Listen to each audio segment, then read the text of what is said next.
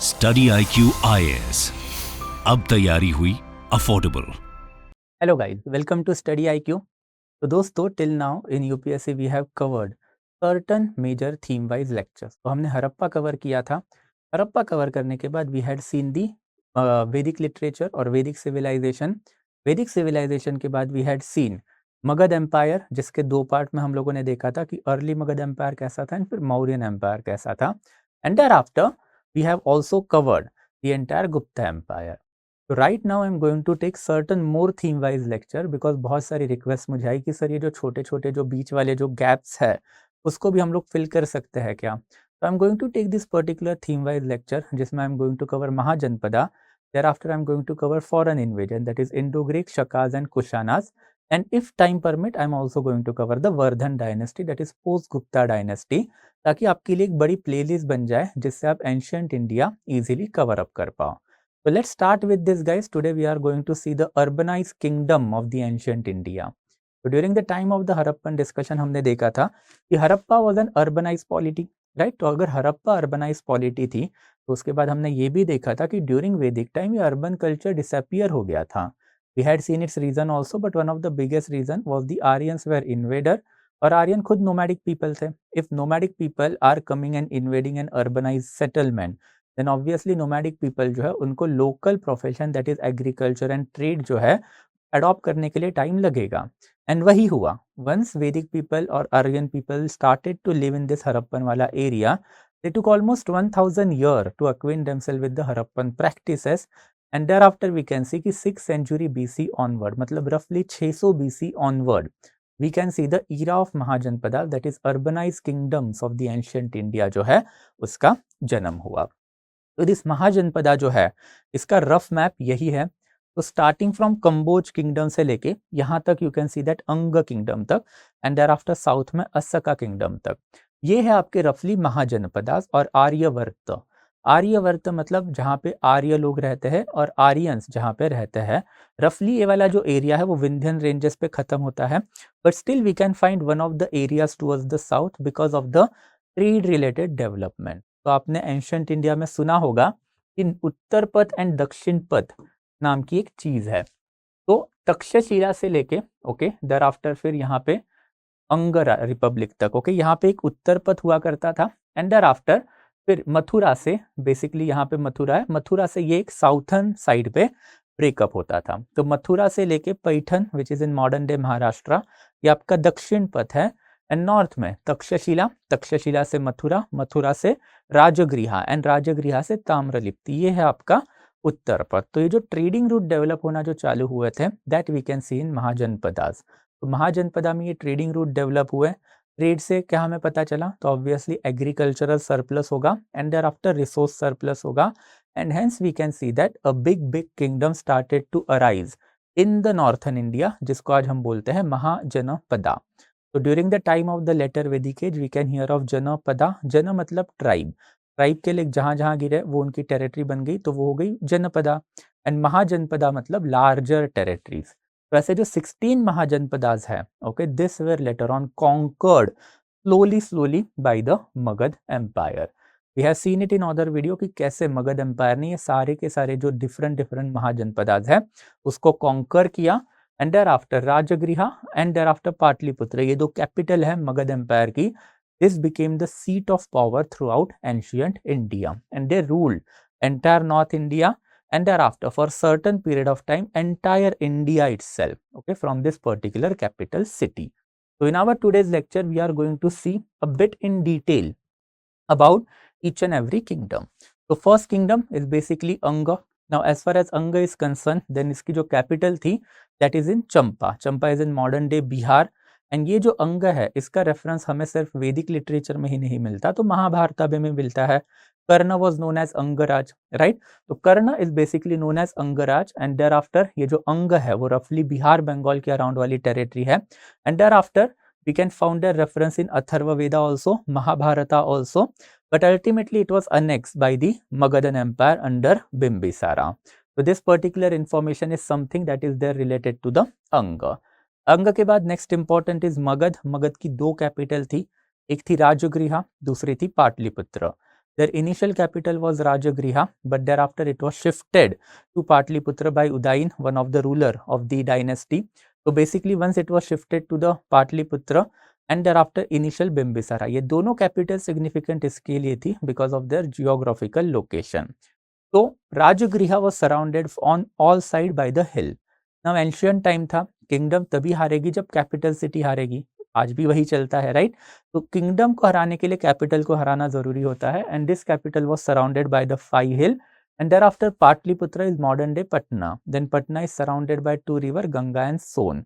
जब ऐसी particular geographical location होगी जहां पे इन्वेजन करना ही डिफिकल्ट होगा, तो ऑब्वियसली कैपिटल कभी गिरेगी ही नहीं, and that is one of the major reason why Magadh empire could sustain all the mahajanapadas during the time of the ancient India. तो मगध सक्सेस होने के पीछे का one of the reason is the geographical position of their capital, and second important was their king. तो बीट Bimbisara, thereafter फिर आपके अजात शत्रु होगा, देयर आफ्टर काला शोका होगा, thereafter Chandragupta Maurya, even उसके पहले Nanda dynasty, and thereafter फिर अशोका.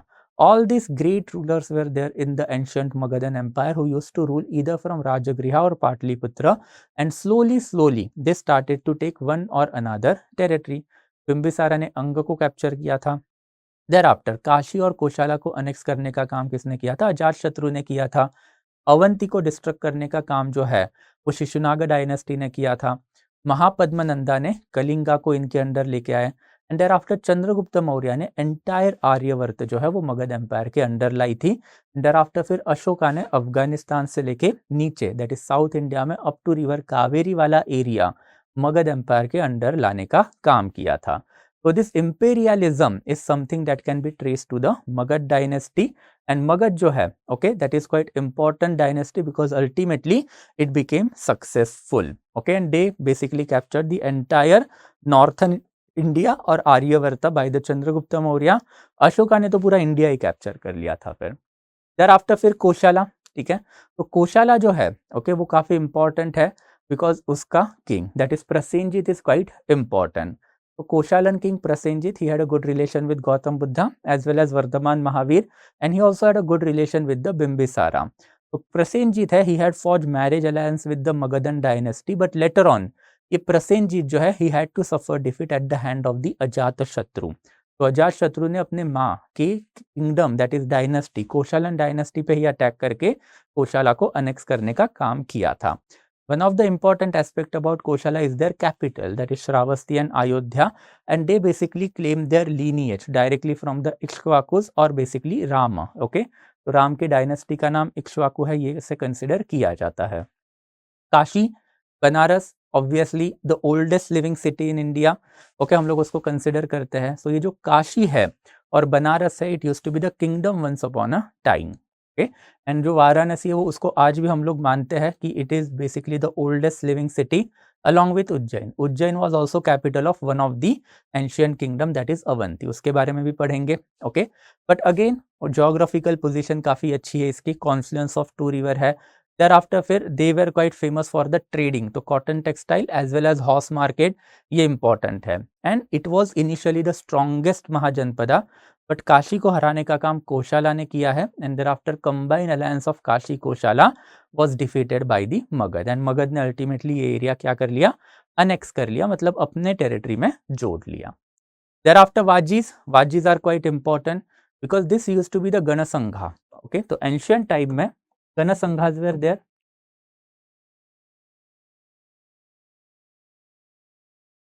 ये जो गणसंघा ये क्या होते हैं? It is nothing but ancient Republic. Ancient time में एक रिपब्लिकन फॉर्म हुआ करता था और एक मोनार्कियल फॉर्म हुआ करता था. अगर मोनार्कियल फॉर्म है तो obviously it was a hereditary form, and thereafter अगर रिपब्लिकन फॉर्म है मतलब किंग जो है वो क्या है? इलेक्टेड अथॉरिटी है इन योर पर्टिकुलर टेरिटरी. तो ये जो वाजीज जो है it used to be the confederacy of 8 clan, और 8 क्लैन में सबसे इंपॉर्टेंट थी लिच्छवीस. लिच्छवीस का नाम हमने डिफरेंट टाइम में सुना है. They were there during the time of the Mauryan empire also, and they were there during the time of the Gupta empire also. जैसे समुद्रगुप्ता ने अपने आप को बोल के रखा है that he is a Licchavi दुहितर, मतलब son of the daughter of Licchavis. तो Licchavi one of the ancient great dynasties थी who used to rule from the Vaishali. Vaishali is in modern day Bihar itself. And this particular confederation जो है वाजीस, इसको हराने का काम भी किया था अजात शत्रु ने। Got it. तो इसमें लिच्छवीज भी थी, जंत्रिकाज भी थी एंड विदेहा भी थी। तो Jnatrika is important because Vardhamana Mahavira was the scion of Jantrika clan. तो Varthaman Mahavira was the prince of the Jantrika clan. So you can clearly see that republican kingdoms were also there during the time of the Mahajanpadas. Okay. Thereafter फिर Malla, Malla is famous again a republican dynasty, मतलब इनका भी जो king था वो elected authority था, कोई hereditary authority नहीं था। तो इन Malla we can clearly see, ये इंपॉर्टेंट इसी के वजह से है, that is because of their capital that is Kushinara and Pava. Gautam Buddha जो है he attain nirvana at Kushinara और Kushinagar, and thereafter Mahavira attain nirvana at Pava, और पावा पुरी भी बोला जाता है इसको। And because of that aspect they were important, कि मतलब एंशियंट टाइम पे जो दो सबसे बड़े रिलीजियस पर्सनालिटीज थे, Vardhaman Mahavir as well as Gautam Buddha, chose their kingdom to take the nirvana। तो उसका मतलब ही यह है कि this was one of the best ruled kingdom of the ancient India। thereafter फिर छेदी डायनेस्टी। तो एज फार छेदी डायनेस्टी जो है उसका रेफरेंस हम लोगों को महाभारता में भी मिलता है, ऋग्वेदा में भी मिलता है। And their capital was in Bundelkhand, the name of the capital is Sotthivati और बांदा। एंड देयर आफ्टर इनकी जो टेरिटरी है वो अप टू मालवा प्लेट्यू में थी। Not that significant, but Chedi dynasty में there were certain people who were enemies of the Shri Krishna, and that's why Chedi dynasty जो है वो काफी इंपॉर्टेंट या फिर नाम के लिए है। फिर Kurus are quite important. During the time of the Rigveda we can hear of battle of Dasarajna, जिसमें भारत ट्राइब ने कॉन्फिडरेसी ऑफ 10 ट्राइब्स को हराया था।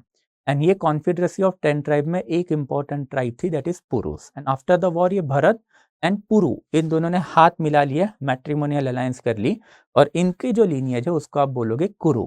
कुरु से ही आपका कौरव आया है बाद में, राइट। तो कौरव पांडव युद्ध जो हुआ वो कुरु क्लैन में ही हुआ युद्ध है। So you can see their capital was also at the Indraprasth, Kuruka. Okay, and thereafter their important rulers were Kauravya and Isukara. They are mentioned as a Rajas Bodha Pajivan in Arthashastra. इसका मतलब क्या है? Council of the King. So you can clearly see कि after Mahabharata also, even though Yudhishthir became the king, his brothers were also had important say in the matter of the administration. And that's why फिर अर्थशास्त्र ने इनको बोला है राजसब्दो अजीवन, मतलब it was ruled by the council of king. कोई एक king नहीं था, बहुत सारे डिफरेंट किंग मिलके इसको रूल करते थे। एंड दैट्स व्हाई यहाँ पे we can say that absolute monarchy नहीं थी। ओके, तो इवन दो महाभारत को हम लोग एपिक या फिर मिथ कंसिडर करते हैं, we can clearly see the characters of the Mahabharat find mention in Arthashastra also, उसके पहले महाजनपदा ऑल्सो, एंड उसके पहले ऋग्वेदिक text also.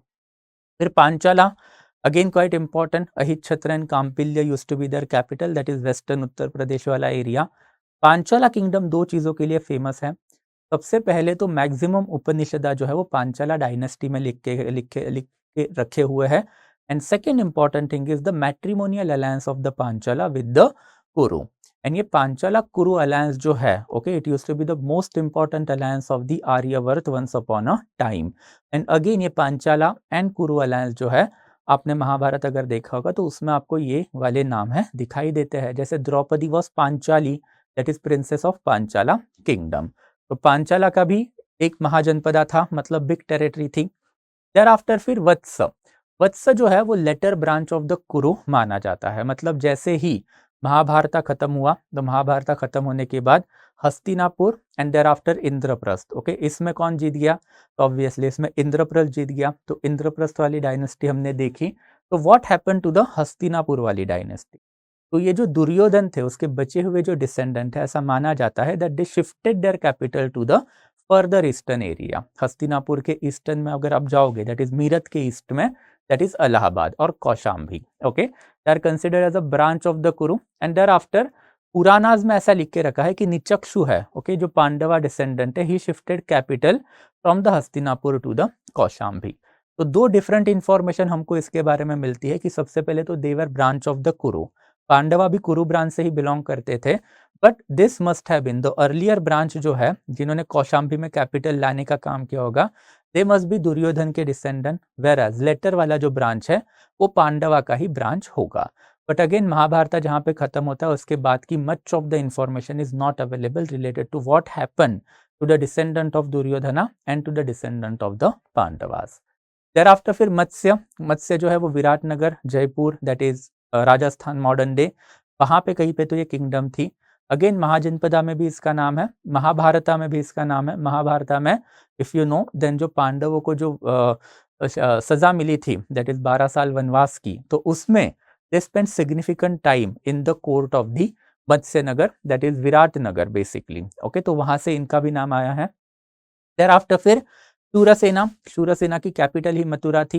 We have seen it कि Mathura was quite important trading town because ancient time में तक्षशिला से लेके ताम्रलिप्ति तक जब उत्तर पथ जाता था, उसमें मथुरा से एक बाइफर्केशन होता था साउथर्न ट्रेडिंग रूट के लिए, दैट इज दक्षिण पथ के लिए।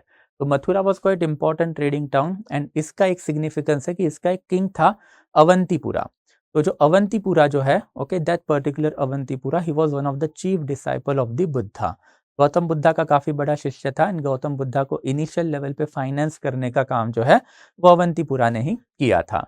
And they were also Republican form of the government, ठीक है। तो एंशियंट रिपब्लिकन था, रिपब्लिकन मतलब गणसंघा था, मतलब किंग जो है that was elected authority and not the you can say that hereditary authority. फिर Avanti used to be one of the greatest rival of the Magad dynasty, but ultimately जो Shishunaga dynasty जो है मगध की, उसने अवंती डायनेस्टी को हरा दिया। But Avanti is famous because of its capital. It had two capital, Mahishmati and Ujjain. Ujjain is also considered as one of the ancient oldest living cities of the country, apart from Varanasi. तो इनकी capital थी अवंती की। इनका जो greatest ruler था वो था चांद Pradyot महासेना and he was contemporary of the Bimbisara. But Bimbisara and चांद प्रद्योत महासेना में there were no such quarrel because एक स्टोरी भी है। चांद प्रद्योत महासेना है, he was ailing with jaundice once upon a time and वो अब ठीक नहीं हो रहा था, तो बिंबिसारा ने अपना रॉयल फिजिशियन जीवक जो है उसको चांद प्रद्योत महासेना के पास भेजा एंड देयरआफ्टर बिकॉज ऑफ जीवक चांद प्रद्योत महासेना अच्छे हुए। इससे हमको ये पता चला कि diplomatic contact were there and medicinal knowledge of ancient India was quite good because jaundice जैसी खतरनाक बीमारियां जो आज भी लोगों की जान ले लेती है that could be cured by those physician of that time. फिर अस्मका और Assaka is there the southern most kingdom India में जो है। ओके, तो साउथर्न मोस्ट मतलब Paithan. This used to be one of the trading town of the Dakshinapatha. इसके भी कुछ इंपॉर्टेंट रूलर्स हम लोगों को पता है जैसे Brahmadatta and Aruna. Gandhara, the capital town itself is quite important, right? So capital town is basically Takshashila. Takshashila used to be the centre of the learning once upon a time. Okay, तो एज पर महाभारता में भी इनका रेफरेंस है। तो महाभारता में इन पर्टिकुलर लोगों को that is Gandhara के जो लोग हैं उनको क्रिटिसाइज किया गया है because they had join hand with the Kaurava and they fought against the Pandava. तो महाभारता में भी इनके रेफरेंसेस हैं। एंड देयर आफ्टर ये वाली जो सिटी है वो हम लोगों को 6th सेंचुरी BC में पर्शिया ने कैप्चर किया है, ऐसे भी एविडेंसेस मिले हैं। एंड देयर आफ्टर जब अलेक्जेंडर आया तो अलेक्जेंडर ने भी इस सिटी के बारे में बहुत कुछ चीजें लिख के रखी है। एंड देयर आफ्टर फिर अस्मका और अस्सका, सॉरी ये थोड़ा I guess sorry, okay, thereafter फिर Kamboja, right, sorry my mistake. Kamboja का जो एरिया था दैट इज रफली अफगानिस्तान से लेके Kashmir, that is northern India वाला एरिया था and their capital was at Poonch. Okay, but ये जो कंबोजा है it was criticized. Okay, we can find their reference in Mahajanapadas also and thereafter later on Arthashastra also. तो अर्थशास्त्र ने इनको क्लियरली लिख के रखा है कि वर्त शस्त्रोपजीवन संघ, वर्त शस्त्रोपजीवन संघ, इसका मतलब आर्यवर्ता में शस्त्रोपजीवन मतलब बहुत सारे जो प्रोफेशन हैं वो प्रोफेशन के डिफरेंट रूलर मिलके इस पर्टिकुलर राज्य को चलाते थे। So basically it was nothing but a confederation of agriculturalist, trader, herdsman and warrior. तो ऐसे इसके बारे में अर्थशास्त्र ने लिख के रखा है। So this was something related to the 16 Mahajanpadas दोस्तों that were there during the time of the ancient India. And this particular period is called as the era of the second urbanization because we can clearly see large cities, large capital and thereafter elaborate trading network जो है it started to establish itself. Thereafter people of different faiths started to live together, right? जैसे Buddhism है, Jainism है and even Vedic people, they were living together. And again there were large scale warfare. So all these are basically the parameters of the urbanization for which we consider these dynasties as urbanized dynasties or urbanized empire of the ancient India. So that will be it guys from my side for the Mahajanapadas, ठीक है। I will be taking more such videos on the theme base, एक 3-4 और लूंगा and thereafter I will make a playlist out of it, okay. But now obviously दोस्तों Diwali is there and I want to wish everybody happy Diwali, right. तो in this particular ये period, okay, that is up to 26th of October, Study IQ has decided that we are going to offer heavy discount on our courses. So I am myself history optional faculty दोस्तों, and as a history optional faculty मैंने पहला batch launch किया था last month, which has gone very very good, okay, उसका feedback भी काफ़ी अच्छा आया। तो बहुत सारे कैंडिडेट्स ने वही बोला कि सर हमें भी ज्वाइन करना है। On popular demand ultimately we are coming out with the second batch. The second batch will be launching दोस्तों on the 10th of November. Okay, so 10th November में from medieval India onward, I am going to launch this second batch. And in this particular second batch, we are offering heavy discount. So course 18,000 का है, but we are offering almost 40% of the discount at 10,000 if you use my code SN Live. तो दोस्तों why shall you join history optional का this course? Obviously PPT driven lecture होंगे। अगर PPT driven lecture है तो क्या होगा, maximum portion कम टाइम पीरियड में आप इफेक्टिवली कवर कर पाओगे। Second important thing, you will be having access to my PPT handwritten note and thereafter crux, that is printed material. Printed material में आपको क्या मिलेगा, तो you will get the crux of each and every important reference book that is available. तो आप पहले printed material पढ़ोगे and thereafter you can easily carry out the revision from my handwritten note as well as from the PPTs, ताकि आपका समय बचे and you can cover optional effectively. And third important thing guys is that basically I have scored more than 300 plus marks in history optional by myself, and I can give you that experience that how to write the answer to secure more than 300 and plus mark in the history optional. अगर market में जाओगे तो history optional का course जो है offline में 40, 50, 60 हज़ार में बिकता है, right. And we are offering it to you only at a 10,000 rupees if you are taking it during the time of the Diwali, because this coupon code will be valid till 26th of October. So guys, it will be my humble request to you कि if you are from the history optional background, if you want to prepare UPSC and even state PSC जहाँ पे history optional है, then feel free to join the course. and इसमें I am going to take the lecture in language Hindi as well as English. तो English में basically lecture deliver होगा, तो आपको समझने में कोई परेशानी definitely नहीं होगी। And if you are from other optional background जैसे PSIR, जोग्राफी और सोशियोलॉजी होंगे, तो obviously you can join the courses in that particular optionals also by using my code SN Live to avail the discount. And दोस्तों अगर आप दूसरे GS का preparation करना चाहते हो, the utility of which I have always stress, मैं क्यों पास नहीं हुआ 300 मार्क्स स्कोर करने के बावजूद, तो one of the biggest reason is that कि GS का फाउंडेशन कोर्स मैंने कभी किया ही नहीं था। तो इसकी वजह से हुआ क्या, एक नॉलेज लैक्यूना हमेशा से रहा। तो नॉलेज लैक्यूना कहीं ना कहीं पे तो अल्टीमेटली रिफ्लेक्ट हुआ इधर इन प्रीलिम्स, मेंस या फिर interview. Second important thing is that कि कोई मेंटर नहीं था, गाइडर नहीं था, मैं सेक्लूडेड रह के पढ़ता था, तो पता भी नहीं चलता था कि एग्जैक्टली क्या पढ़ना है। तो ज़्यादा टाइम भी लगा उसके वजह से, 2 अटेम्प्ट तो इसी में चले गए कि भाई एग्जैक्टली करना क्या है, करना क्या नहीं है। एंड तीसरा इंपॉर्टेंट थिंग कि भाई मैंने क्यों नहीं ज्वाइन किया, तो because of the prices, right. Prices are always a hindrance to join a good course of the GS foundation. तो मेरे टाइम पे 1-1 लाख रुपए इसकी फीस हुआ करती थी, अब तो 1.5-2 लाख रुपए की फीस होती है for the foundation course. But at study IQ we always believe in affordable rate, right. तो at affordable rate you can avail the UPSC का GS foundation course for 17,000 approximately if you use my code.